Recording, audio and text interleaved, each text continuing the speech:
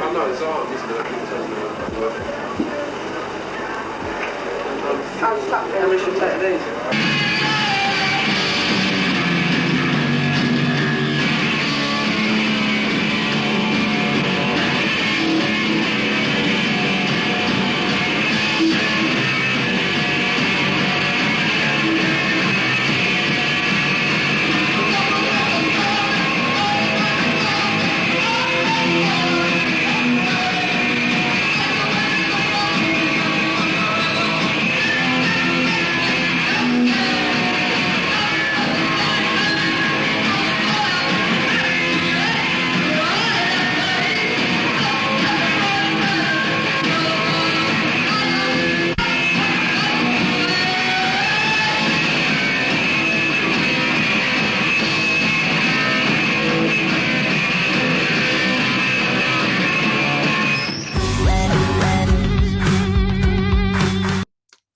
Hello, John.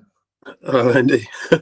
Fucking hell, it has been a very long time. I'll quickly tell you, the last time I saw you was we were in a taxi coming back from somewhere in London after a gig, probably one of your gigs. Yeah. And you got dropped off somewhere in around Holloway, and you were quite worse for wear. Oh, yeah. and you went off into the night. And yeah, that was the last time I ever saw you.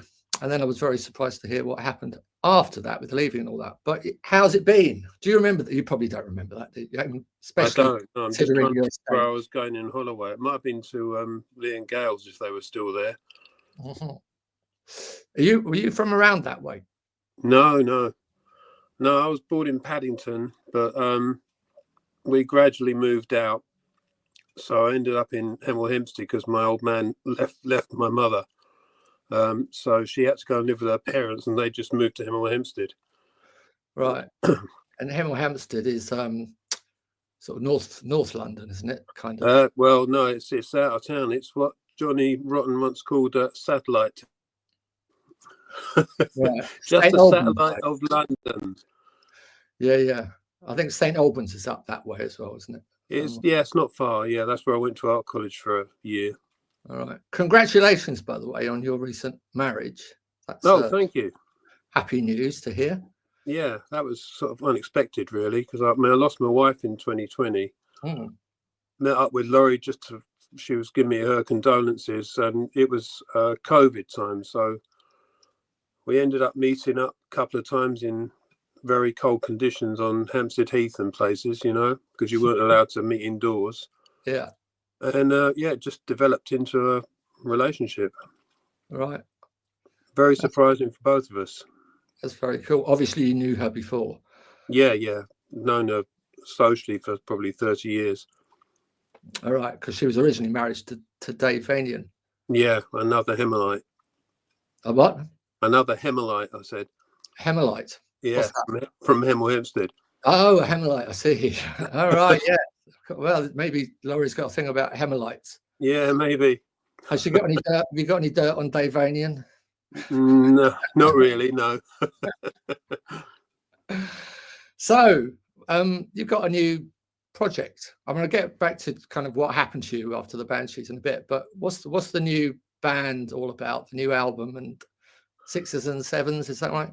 Yeah, Sixes and Sevens, which is the state I was in when I left the Banshees, all at Sixes and Sevens. Didn't know what the hell I was doing because I wasn't expecting to leave, really. Or certainly not the way I did. How did that, now you've mentioned it, how did that happen? Whose idea was that? To leave? Yeah. It wasn't an idea. It was a strange impulse building up from just being sort of sidelined the whole time and getting angry. And Kenny wanted to leave anyway because he didn't want to be a drummer anymore. I wanted to continue, but as I say, we were getting sidelined a lot. If I questioned anything Niels was doing, he would say, well, you do it then, which is not really the position of a manager. Yeah. So it built up with, using the wrong producer as far as we were concerned, Mike Stavro. But the last straw was really the gig in Belfast, where none of the equipment turned up. And we had to use the Cure's equipment, so which they didn't really like, and we didn't like it either. No proper stage set or curtains, no proper lights. The lights were rank. You could see the audience were really pissed off, and I couldn't blame them. It should have been cancelled, under those circumstances.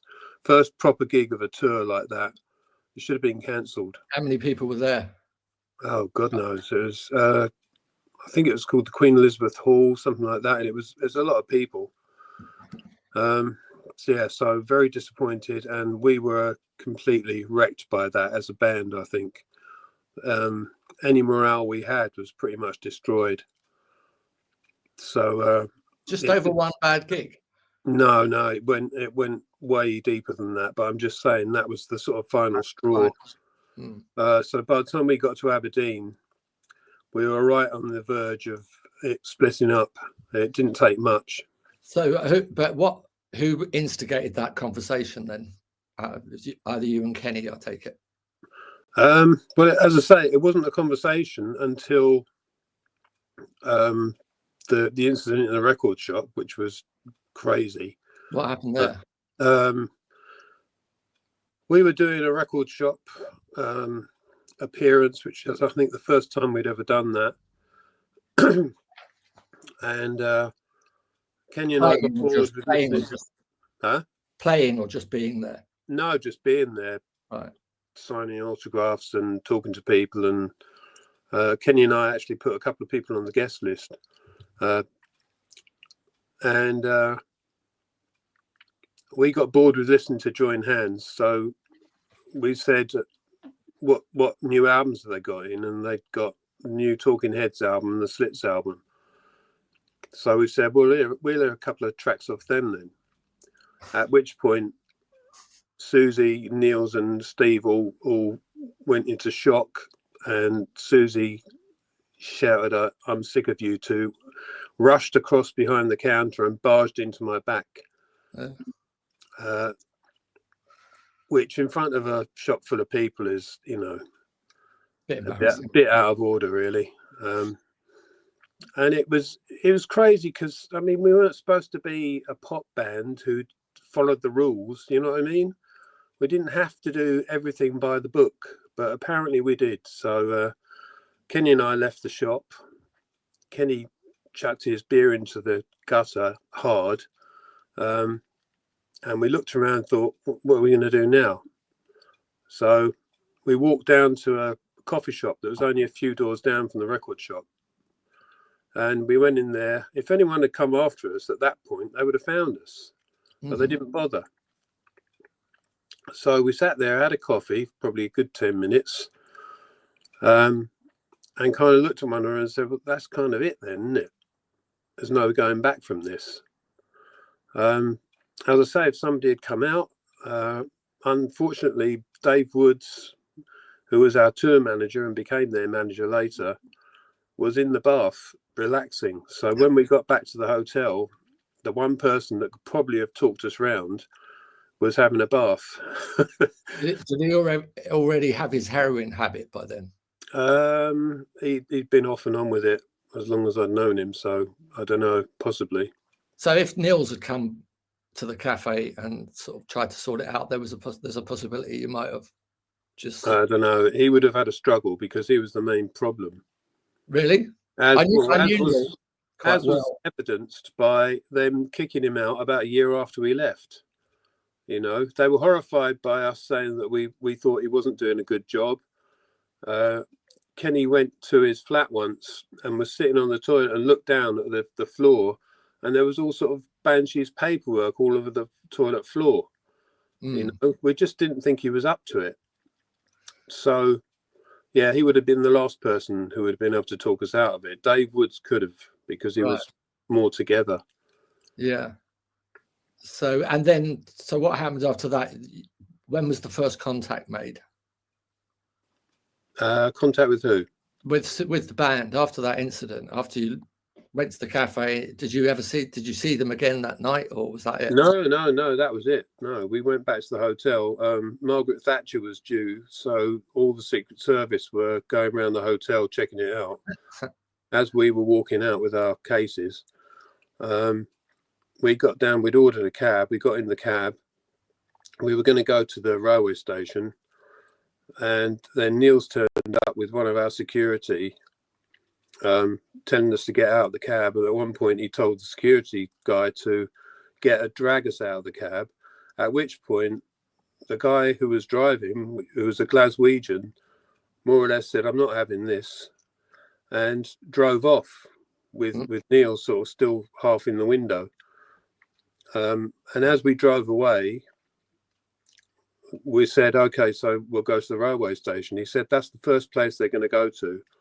I think I should take you out of town." So he took us out of town, and we headed out. And then he said, "What are you planning to do? Get away from here?" We said, "Yeah." He said, "Well, I'll take you to Glasgow Airport then," which was quite a long way, but he was willing to do it, so we went with it. Right.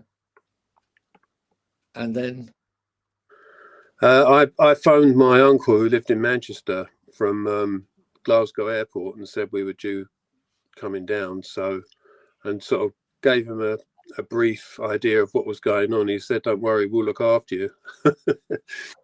me and my pals will look after you. So we got on the plane.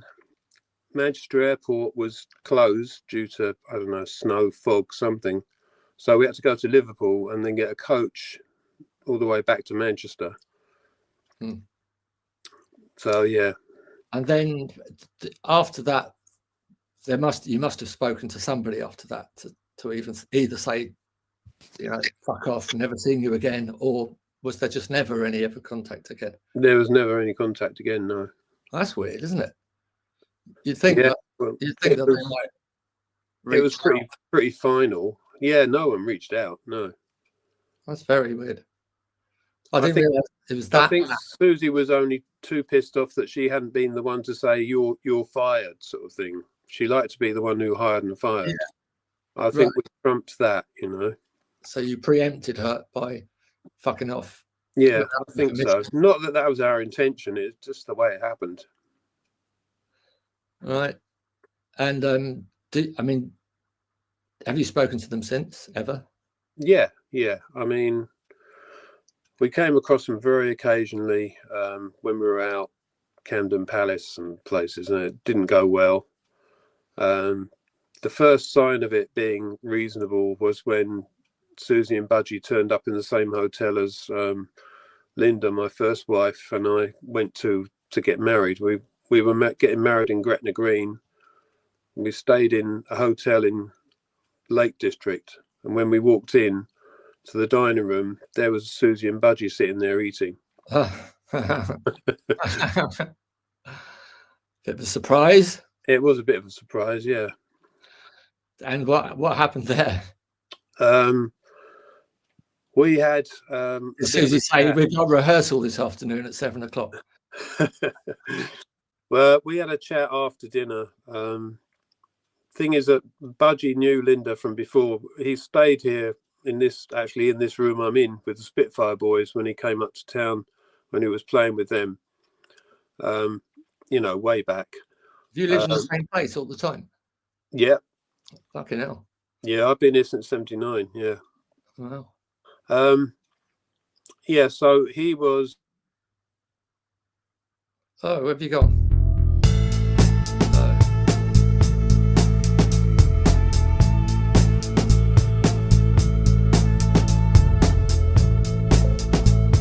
Plug it in. I think it's run out. So where were you up to? Yeah, Budgie was for some sort of conciliation. Otherwise, it might not have gone quite as smoothly. How much later was this? This was 1989, so 10 years later. Oh, right. So, yeah, we sat down. Budgie bought some wine. I think Linda went up to our room and got a bottle of vodka down, and she decided that she told me after she decided she was going to just go for the publishing royalties, which we got none of, and so that's what she did. And you got. She spoke more than I did. Eventually, we did. I think only because there was a counterclaim from them against us for their losses on that tour, but that had been put in over 6 years beforehand, so it had run out of time. So they didn't really have an option. But you got your royalties in the end. Yeah. Good. Well, at least that worked out in that sense. But there was no kind of you and Sue becoming mates again. No, not really.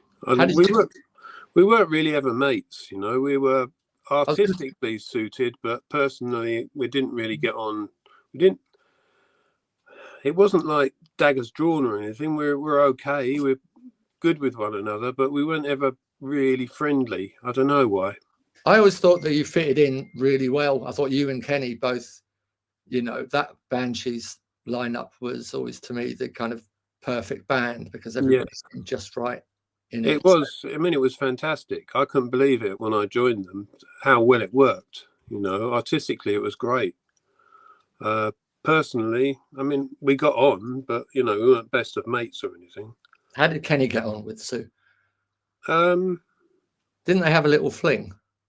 No, not Susie and Kenny. No. No, she was with Steve when I first joined, and had been for a while. Oh yeah, of course.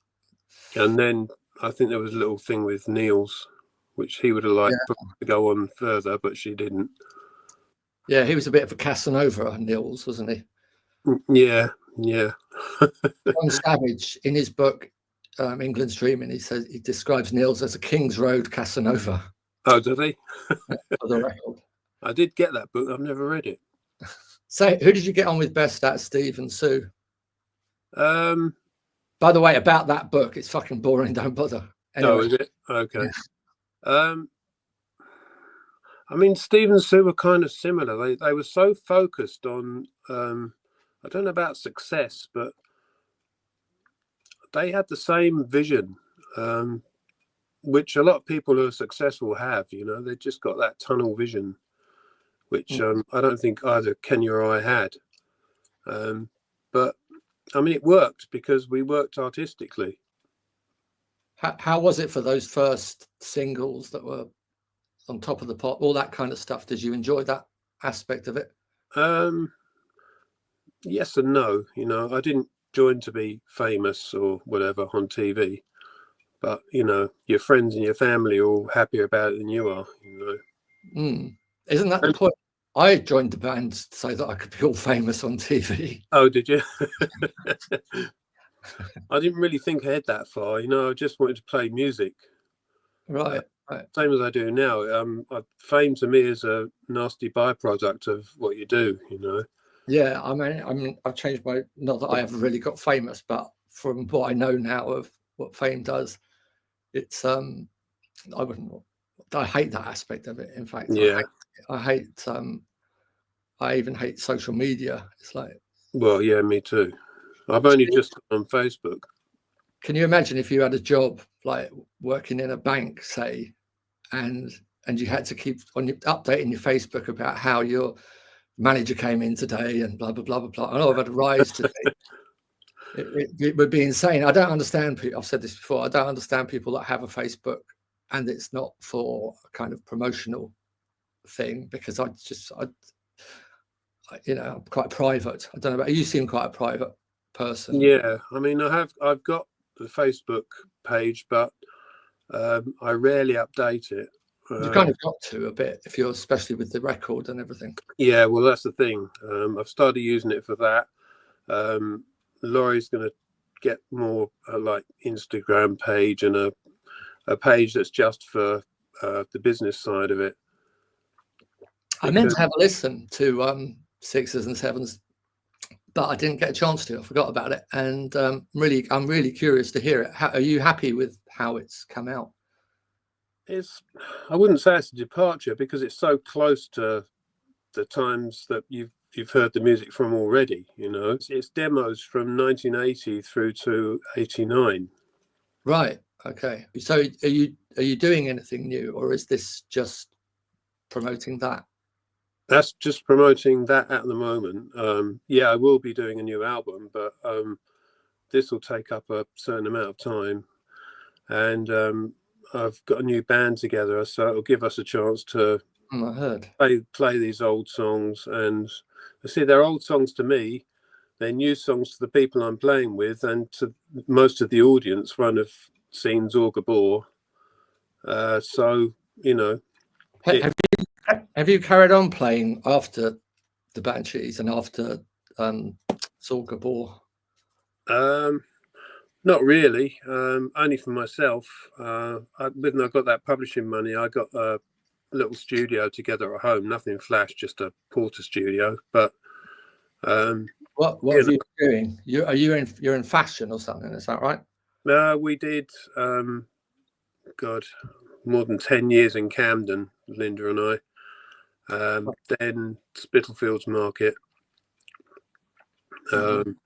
There's a lot of vintage clothes, and then gradually we got fed up with doing that, and Linda started making things. She made handbags, but once she was ill from sort of early to mid 90s, one thing after another, and by turn of the century she'd had it. You know, she really couldn't work anymore. So I went into decorating, which is what I've been doing for the last 25 years. Right. Do you enjoy that? Sometimes. It's been good to me. It's kept me going. It supported us both when she was ill.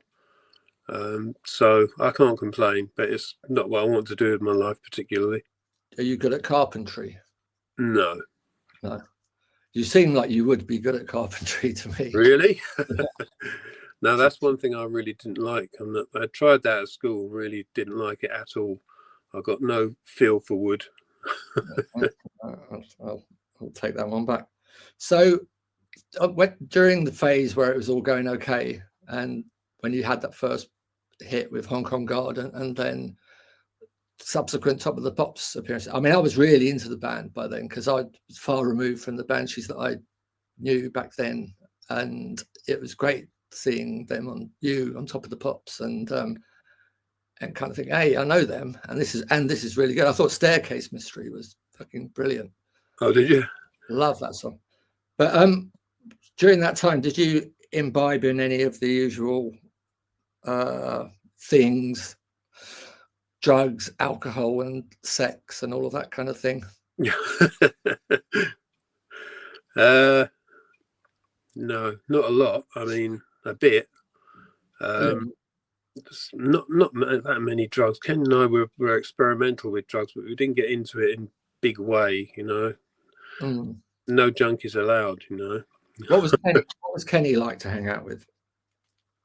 He was great. He was quite a sweet guy. I always remember him as. Yeah, kind of crazy. We both like to drink, so yeah, we had a few good times. Do you ever remember playing Monopoly around at Nils and Ray's in Whetstone after a gig, like late night sessions at Nils's? Were you ever at any of those? No, I don't actually. My mum used to live opposite where Ray and Nils lived with their mum. Oh, right. I'd often get lifts back and then sort of carry on the party over there. And a couple of times it was after a Banshees gig, and we'd always play Monopoly, and it's boring. I think I only went there once, and it wasn't to play Monopoly. So, what did you think? Did you get on with Ray? Yeah, Ray's a nice guy. I've met him in recent years. Right. Yeah. He built a boat. Did you know that? He built a boat in the back garden of that house in Whetstone. Oh, did he? But he didn't think ahead to when it was finished how it would get to the sea, because Whetstone is not by the sea. No. And so he ended up building it. And then he got a crane to take it out of the garden on a trailer, take it to Portsmouth. And yeah, I've been on that boat. But I thought that was quite an achievement to build a boat in your back garden. Bit stupid as well, but you know, got to do these things. So were you into the Soft Boys? Because I know you worked with was it Matthew Seligman? Yeah, Matthew. Yeah. I did see them play. I mean, if you like Sid, then you probably like Soft Boys, you know. Yeah, they were good, I thought. Yeah, they were. I don't think I ever bought a Soft Boys record. I did. I bought I Want to Destroy You. That was a great single. Remember that? No, it's a great name. Yeah, I know. They were good. But yeah, very Sid Barrett. Very Sid Barrett. Yeah. So, what was he playing with you or producing? What was the deal with him? Who, Matthew? Yeah. Yeah, he was playing. I can't remember who put me in touch with him now. Might have been Les Mills. Yeah, he was a great bass player. But it lasted a while with him. We had trouble getting bass players. I don't know why. When we first met Graham, we walked into Heaven and he was playing with Nico. I turned to Linda and said, "That's my drummer." And he was with us until I stopped the band in '89. So I was lucky with the drummer, but not so lucky with the bass player. Did you meet Nico? Sorry? Did you meet Nico? Yeah, she supported the Banshees a few times. And yeah, Graham played with her a lot. Did you ever know when you joined the band, when you joined the Banshees, did you meet Pete Fenton, the guitarist they had beforehand? I didn't meet him then, I don't think. He was there when I played the Roxy with them. He was a nice guy, very polite, and I met him at the Fridge then years later. I think he was doing something with Andrew Chizowski. Yeah, nice guy. Didn't really know much about him, and he was only in the band for such a short period of time. I wondered what became of him. Do you still keep in touch or no? No, I mean, I didn't keep in touch after that, no. He was doing something, I think some sort of electronic music with Andy, so I'm not sure. All right. But he gave them their first sort of leg up, you know. He built a set for them, and despite the fact that they decided that wasn't the direction they wanted to go in, I mean, they would have been nowhere without it. So, so you've known? Do you still stay in touch with Andrew? Do you know Andrew well? Andrew Chizowski? Yeah. I haven't seen him for a long time, actually. We used to go down the Fridge quite a lot, but I haven't been down there for a long time. Because he was on the podcast just a little while ago, and it was great to catch up with him. He's got some great stories of those early days and the Roxy and yeah, I bet he has. All that kind of stuff. Did you actually like punk rock? I was in two minds about it to start with, but then some really good records came out, and I thought it was something that I wanted to be involved with, or see at least. But a couple of things changed my mind, including hearing television. I felt like there was a direction for me that meant something, you know. I mean, the Ramones doing sort of 1, 2, 3, 4 music was fine, but I didn't really want to do that. And I didn't really want to be in a band that was doing that. Luckily, the Banshees didn't want to do that anymore. I didn't see much future in that. Well, it just wasn't me anyway, you know. There were some good, more experimental bands like Television. Yeah. At the time, and they were part of the appeal, definitely for me. Yeah. I think if it had all been UK subs type thing, I wouldn't have even been interested in the first place. But I remember meeting Kenny for the first time when he joined the band, and until then he'd just been checking out punk bands and sort of trying to get into the scene. And I thought he's really cool because he's just joined Siouxsie The Banshees, and I was a bit kind of in awe of him. But he comes over and he starts saying, "Oh, I saw it the other night. It was fucking brilliant." And I thought, oh, I like Siouxsie the Banshees' new drummer. Well, none of us were ever sort of standoffish. If people wanted to talk to us, we always talked to them. Yeah. No, it was quite a good time. So when was there a point that you can remember where you thought, this has just got stupid now, the whole punk rock thing with the pylon of bands and the media and all of that kind of shit? I mean, once I'd left, I mean, it felt like it was all over anyway. It was progressing into other areas, you know, what they now call post-punk, which is what magazine was supposed to be and we were supposed to be. Yeah. It wasn't called that at the time. And public image. I felt like there was a new direction happening. Did you like that new direction? Yeah, I did. Unfortunately, that kind of morphed into New Romantics, which I didn't like that much. Yeah, that was unpleasant, and that was kind of weird how New Romantics suddenly arose out of that, because it was all seemed to be going in an exciting direction, and then all of a sudden you got all this stupid dressing up. You know. Yeah, it was understandable because there was that sort of Roxy music and clubbing sort of scene. I could understand to some extent why it developed that way, but it wasn't really my taste, you know. No, but it was such a reversal, wasn't it, in a way, of what the whole punk. Yeah, because it became very commercial and very glam. Mm. Do you ever have any regrets about leaving, the way it ended and everything? Yeah, I mean, yes. I mean, you know, it's the last thing I wanted to do was walk out like that. And well, I mean, I left everything behind. I left all my equipment behind.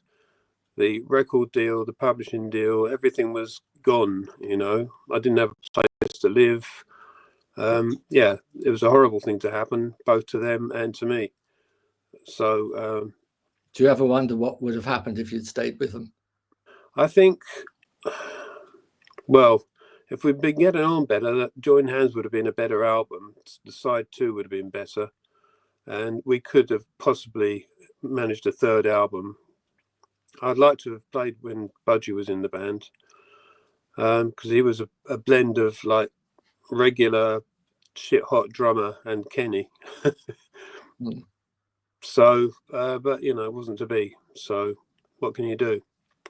You have to go with the flow. It would have been interesting if there'd been another album. Yeah. Because how did you feel about when they moved on and John McKay and everything and Budgie and became a bit more, you know, like traditional? How did you think about? Was there any particular tracks you liked or fucking hated? Well, I didn't like Happy House, you know, but I did like Spellbound. You were on Happy House, weren't you? No. Oh. No, I think that was kind of pointed at us, you know. This is a happy house. Who was playing on that then? Robert Smith. It could have been, or it could have been John. I don't know really. I think it was before John or something. Yeah, possibly. You didn't like Spellbound? No, I did. You did, yeah. I thought that was. I told Siouxsie that too later on. Yeah, I thought Israel was a stupid track. I don't understand what was being said in that track. I don't know if you've ever listened to that. I haven't listened to it carefully. No. The lyrics don't really say anything. They just sort of give you a few cliched sort of things about the Middle East. It doesn't really say anything. Don't really know. I can't even think of how does the chorus go? I don't know. It's a tricky subject, the Middle East. It is a tricky subject, but if you're gonna tackle it, you might as well try to string a few sentences together that make sense. But yeah, there was one or two good things after that, but it was a different band by then. It wasn't the same sort of thing. Did you know Sid? No. No, I came across him a couple of times, but no, I didn't know him. Were you shocked by that when you heard that? What, that he was dead? Well, first that he murdered his girlfriend, and then that he killed? No, I wasn't shocked by that because that was an accident waiting to happen by then. Mm. And people I knew them better than I did anyway. You know, Linda knew them better. Lee Childers knew him better. So I got the gist of what was going on. And yeah, it was going to happen. Something nasty was going to happen. And as John Lydon has said more recently, getting Sid in was probably not the best idea because he just couldn't cope with it. That was a big mistake, getting rid of Glenn Matlock for Sid. Yeah, but if you don't get on with someone, you don't get on with them, you know. And they obviously didn't get on. Well, they get on fine. They were getting on fine during all the reunions and stuff, weren't they? Yeah, but they've grown up a bit since then. Yeah, although they're not grown up that much. There's still a spats going on there, isn't there? Yeah. Do you like have you heard any of the Pistols with Frank Carter? No, I haven't. It's it seems quite, it's fun, entertaining, but it's not, obviously it's not going to be the same thing, is it? No. That's the problem with a lot of bands reforming. Like, it's quite an attractive idea to reform a band and play the set, but it can never be the same thing. At first I was like dead against the idea of that, and then was persuaded. I think money always kind of persuades you. Well, yeah. But really the idea of trying to recreate that, because I thought the whole point of like a punk festival was to recreate that, but you can't recreate it because these people are much older now, and so the fact that it doesn't matter, I mean, it's still good fun to do and all that, blah blah blah, but the fact that the audience don't discern between the real thing and like, for instance, those bands that cover people, what do you call those bands that do other bands? Tribute bands. Tribute bands, yeah. The fact that tribute bands are so successful at the moment is an indication of how successful something like Rebellion has become, where you only need one member of the band and it'll be called that band, or you have a roadie in sometimes. That does get a bit silly. Yeah, but it seems like the audience don't really mind that much, and that does me a bit, because I think sometimes I think maybe I came into pop music from a different angle, more about the aesthetics of it than just wanting to have a few beers and boogie around to a familiar tune. Yeah, be what most people want. I thought it was more intellectual than that, but it doesn't seem to be. What do you think? You seem quite a serious, deep thinker. What's your view on this? No, I think you're right. I didn't come into it to be a pop star, there does need to be more to it than just having a laugh. But if that's the sort of band you are and you enjoy it, then there's no harm in getting back together and doing it.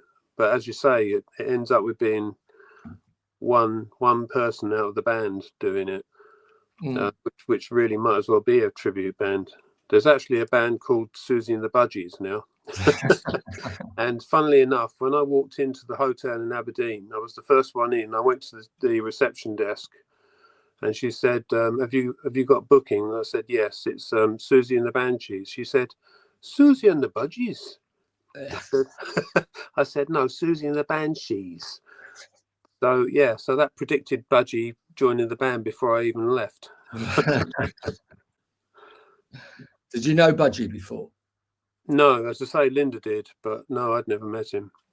Because I don't ever remember meeting him. He was not on the scene, as far as I can remember. No, he was on the Eric scene.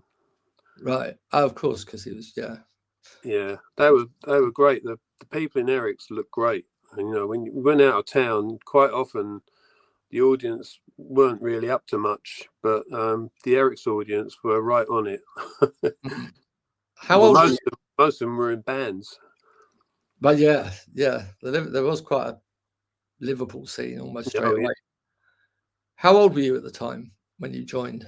When I joined, I think when I learnt the songs, I was 18. I just turned 19 when I joined. What did your parents think about all of that pop music malarkey? I think they just sort of went with it. I mean, I never knew what I wanted to do. I had absolutely no idea what I was going to do with my life. I looked into architecture. I looked into going into the print, some sort of design, but I just could not find anything. So I went to art college as default, really. I'm going to meet some people that are going to be on my wavelength, which I didn't really have at school, apart from a couple of people. So now I've lost the track of what I was saying, which I often do. Oh, you were looking for something to get into. Yeah. So, my parents, I mean, they were just happy I was doing something, I think. Didn't really, I was just reading the guitarist from the Fallen Leaves, Subway Set. I can't remember his bloody name. I'm just reading it. His parents were only disgusted when, after that thing with Grundy on the early evening show with the Pistols and Siouxsie and Steve in the background, it was only after that people started to think that punks were disgusting, and Yeah, that was weird though, wasn't it? What do you think made people so angry about that? Because it doesn't seem like anything, really. No, it wasn't anything. It's the equivalent of somebody, if you're in a classroom at school, one of the school kids getting behind the teacher and going like that, and everyone laughed. It's like, it was the disgust all about, and the kicking TV sets in, which I don't actually believe. But no, what do you think provoked that, or do you think it was just made up? Well, with McLaren, you can never tell. I don't know. It was something and nothing, but it really did change the public opinion on these people with safety pins through their noses. Apparently, actually, I never met anyone with a safety pin through their nose. I met one. Oh, did you? It looked very painful. Yeah, that's weird. How punks now, new punks, like they all have to be like young punks. They have to be covered in tattoos and piercings and those great big droopy ear. Oh yeah, piercings and I've seen the occasional nose thing, but more like a bit of jewelry now. Yeah, but that took off. That made a whole industry, didn't it, of itself? Yeah, it's become a parody of itself, like everything does. So I find that whole thing, but I find the whole thing of social contagions to be a very weird sphere, and I feel like I'm immune to like advertising, for instance, or everybody suddenly is repeating the same thing they've heard on the news, and all the stuff that goes on, and even the trans thing. I think there's got a massive element of social contagion with the I am too, and there's this ever widening spectrum that allows people on anything from mental health to fucking whether you're a man or a woman. This widening spectrum means that more and more people can say, "Hey, I am too." And I never really suffered from that. I was kind of stood on the sidelines thinking, do I really want to be involved in this? So I was never a punk, But I think that's what a punk really is, I think when it became more of a kind of thing you join, it's changed, because I think most true punks never actually want to join any club or any group of people, No. They don't want a community, No. And so people don't really get that. With a new punk, I think there's a different meaning for it now.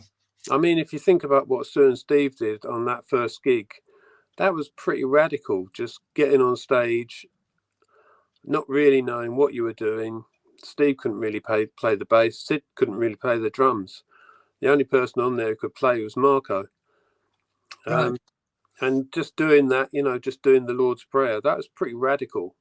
That was, yeah. I spoke to Marco the other day. He told me a bit about that gig and how the Lord's Prayer was, of course, in E. And and they were going to do covers of songs they hated first, which is a great idea. Do covers of songs you hate, but they weren't good enough to do the covers, so they settled on the Lord's Prayer. He's a funny guy, Marco. Yeah, he is. So do you know many of the people from back then? Do you not, have you kind of lost touch with most of them now? I'm trying to think. I mean, I've come across a couple of, like Marco on Facebook now, funnily enough. I'm trying to think who I knew from back then.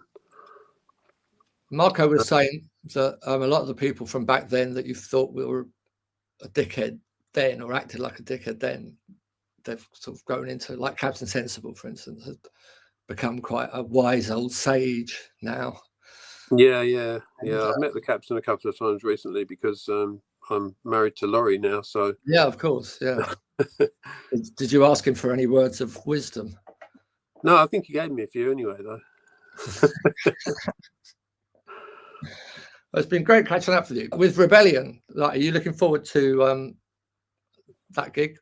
Yeah, it looks like a really nice venue. That looks like it's a really interesting gig to be at. I would come if I wasn't banned, probably. Oh, right. Can't sneak you in a suitcase or anything. Yeah, actually, yeah. If you need a maraca player who dresses like a nun, I know a man. But that's going to be great. I mean, that should be really interesting. I'm sure there's going to be a lot of people there that's going to love to see you. Yeah, I hope so. Yeah. No, definitely, for sure. I know. I mean, if we play before that, I'll let you know anyway. Yeah, no. Well, if there's any other gigs, then definitely I'll come down. I would love to. But anyway, so I've just got a couple of questions before we say goodbye. Yeah. So, just say you've got 10 years jail time for something that you didn't do, but there's no way you're going to ever get out of jail. You've got to spend 10 years in jail, and it's a horrible jail, and you're in there and you're depressed and you can't stand it anymore. There's no sleep because there's some fucking cunt in the bed above you that keeps farting all night, and there's a bucket of shit in all that horrible stuff, right? Yeah. I presume jail is like. If you were given the chance, right? If you imagine 10-year stretch in front of you, that's a long time, especially right now. You don't want to waste 10 years. So would you then, if you were offered the chance out of these two things, would you eat a sandwich, right? 2 bits of bread with butter on it, and then like quite a thick layer of shit, his shit, the guy above you in the bunk shit, and you have to eat it sort of straight away. It's not like take your time over it, just straight in. Or and you have to also you swallow it down with urine, his lovely urine. Or would you wank the guard off? All right. Or would you strangle a puppy? Or would you just do the 10 years? Well, I've had the option of getting out. It'd have to be the guard, I think. I thought that either that or the puppy. Yeah, I don't think I could strangle a poor little puppy. No, that would be hard. That would be hard. You could imagine in a way you could. Actually, I won't say that about the guard. About what you can imagine, buddy. You should never imagine what you're going to think about whilst you're wanking a man off. I find it's my rule in life. All right. So good answer. Does a slug have a nose? Who knows?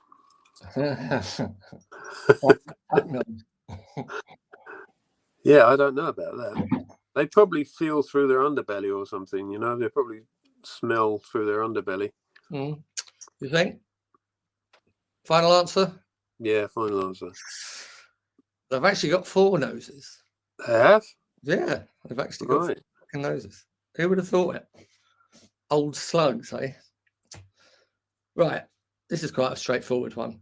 The odds of winning the lottery, are they more or less than 100 million? I always think the Euro Millions has got to be a lot more than the national one. So we're talking about the Euro Millions. Right. I would have thought that was somewhere like that. Yeah. More. Well, the answer is, right, this is weird, but because the answer says less, 1 in 139 million. Does that make sense? Yeah, it does make sense because it's more. Yeah, so it's less actually. Is that right? Does that make sense? I don't know. You lost me. Is that a broken answer? And that's it, really. So you passed that test and you've won something. Actually, let me just find what you've won. I'll give it to you when I see you at one of your gigs. But it's this little. Can you see this little magic pot? Oh yeah. Okay. Made out of. It's got someone's ashes in it. It has actually. It's got an old Chinese sage's ashes in it, and it's about 10 million years old. And it will always bring you good luck. So I'll bring that along to you for passing the interview. Could do with some good luck. I must just say, 6s and 7s. It's also my birthday is the 6th of June. Linda's was the 7th of June, and also one of my favourite albums just before Linda died was 1s and 6s by Low. Wow, that's weird, isn't it? So that was in a bit of a tribute to Mimi, who died about a year ago now, I guess. That would do someone who does numerology. That would give them a heart attack, wouldn't it? It's just that those things, you have to choose a name for an album, and I was thinking of 6s and 7s for a while, and then I actually thought, well, hang on, it's Linda and my birthday, and also I would like to pay a tribute to Mimi because she was a great singer, and that album was one of the last ones that Linda and I really loved. Right. That must have taken some getting over when your partner of such a long time dies. Yeah, we were together over 40 years. Yeah, it was like having your soul ripped out. It was disgusting, and it wasn't easy passing either. She had a terrible time. So, shit. Sorry to hear that. How long do you think it took you to get over that? The thing is, the Christmas before she died, she was right on the verge. I mean, they had to put her into a coma and stuff. And the guy said she wasn't getting out of hospital; she was going to die there. So I actually did my grieving then. To a great extent, I fell apart. I just about kept myself together, going to the hospital every day. What's that noise? That's better. Stop now. Okay, it's probably me running my finger up and down the edge of the phone. That's what it was. Sorry about that. Quite a nice sound. If you put some reverb on that, would sound good. Right. Okay, I'll bear that in mind. Yeah. So when she died, I mean, plus when someone dies, you have so much to do. You have to go into logic, and get over it. And then after that, I did fall apart again. But again, it was COVID, so you were kind of isolated anyway. So I did a lot of drawing and writing and drinking. Yeah, a lot of people did a lot of drinking during COVID. Yeah. You never get over losing someone you've been with for 40 years, but it gets sort of filed away in the back of your mind somewhere. And did you hate COVID, or did you think it was all right? I mean, that being confined and all that. It was pretty strange. I just got on with it. I'm pretty phlegmatic, I get on with whatever's thrown at me, really. Well, I actually found it quite all right. It was quite nice having the world stop, for a while. Yeah. Laurie went on long walks with her friends. She said she quite missed it when it all started up again. But having said that, I would fucking hate that to happen again. And that was a very weird thing, the whole COVID thing. Okay, yeah, almost like a bad dream. Tested the whole time, and yeah, it was. And all that banging fucking pots and pans outside that house on Thursday evenings and all that kind of shit. I hope you didn't. I bet you didn't. I didn't join in with that. Glad for that. I shake your hands, sir. And all those people that did, fucking shame on you. Not that I don't like the NHS, I might point out, but just that gesture is just fucking stupid. Yeah. Yes. Anyway, on that note, and on that happy note that you then went on to meet Laurie. Yeah, that was quite incredible, really. I still can't believe it. That's a really nice ending. I'm glad that I'm glad for you. So it's great to hear that. Was it unexpected, or was it? Yeah, it was totally unexpected. Well, I mean, we expected to meet for half an hour, have a cup of coffee. So she said how sorry she was about Linda, and that was it, you know. And we ended up talking for 2 hours and meeting up again. So, brilliant. Yeah, it was meant to be, as they say. Great. Well, again, congratulations, and I hope to see your band soon. Maybe not in Blackpool, or maybe if you see a nun hanging around. Yeah, I'll keep my eyes peeled for that. Yeah. Nice to speak to you. Really good to speak to you, and great to see you happy and doing stuff. Nice one, John. All right. Speak soon. All right. Cheers, Andy. Fool's World.